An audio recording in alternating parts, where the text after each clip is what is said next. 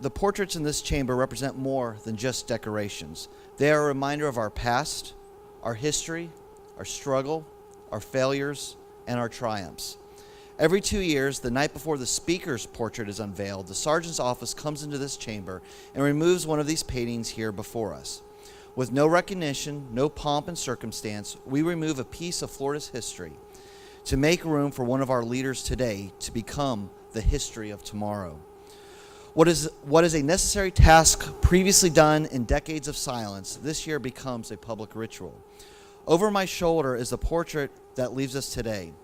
It depicts Speaker Danette Hill Mays of Jefferson County, Florida. He served as Speaker of the House in 1897, at a time Florida's legislature met just every other year. So his speakership was just for 1 year and presided over just 68 members of the Florida House. As a leader of the Florida House in 1897, Speaker Mays and his chamber faced a very different landscape than we do today. At that time, Jacksonville was Florida's largest city, boasting a population of just 28,000 residents. The entire state consisted of just 528,000 Floridians. And Miami, now one of the largest metropolitan areas in the country, had just become incorporated with a population of approximately a mere 300 people. In 1897, agriculture was our state's biggest industry, and our railroad and waterways were the primary means of transportation. The average lifespan of an American at the time was just 45 years old. As members conducted their business introducing 414 bills that session, they did so among a backdrop of a changing nation and a world.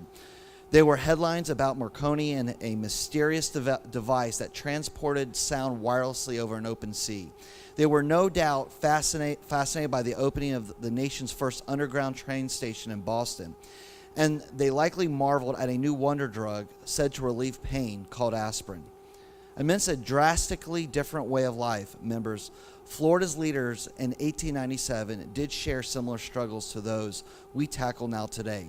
The depression of the 1890s, brought on by rapid expansion of the U.S. economy, started with the panic of 1893. Banks failed at a record rate, factories and mines shut down, and millions were out of work. This economic crisis lingered into the turn of the century, and it was no doubt a major focus for members at that time. Public education was another important issue of that day. In fact, in the governor's state, that governor's State of the State address, that year he referenced spending over $700,000 for public education, bringing public school students per student funding to around $7. I find it truly fascinating to reflect on our history and the history that surrounds all of us as we sit here. We've achieved much in this state since that time, and we will undoubtedly achieve a great deal more in the decades to come. Tomorrow, Speaker's Canon portrait will be unveiled, and will be placed among the leaders of the past, where it will reside for the next 90 years. Just imagine with me for a moment, members, the progress that the portraits will bear witness to. With each passing term, Speaker's Canon portrait will rotate around this room until finally it too will retire in the historical Capitol for preservation. That year will be the year 2102. The portrait of Speaker Mays will be witness to tens of thousands of votes over the decades. It has witnessed dissension, camaraderie, all the while serving to remind us of our past and the significant role in which we serve.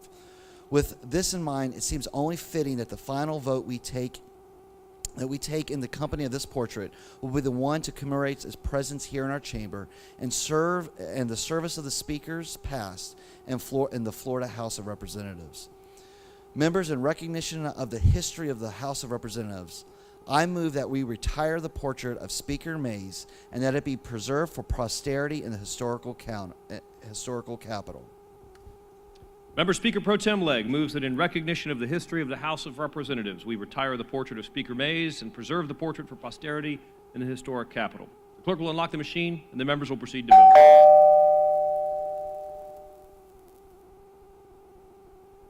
Have all members voted? Have all members voted? Clerk will lock the machine and announce the vote. 115 yeas, 0 nays, Mr. Speaker. Representative Wood, it's not a claims bill. Don't worry. Show the motion to remove the portrait and preserve it in the historical Capitol is adopted. The Sergeant at Arms and his staff will now step forward and remove the portrait of Speaker Danet Mays and retire it to the historic Capitol.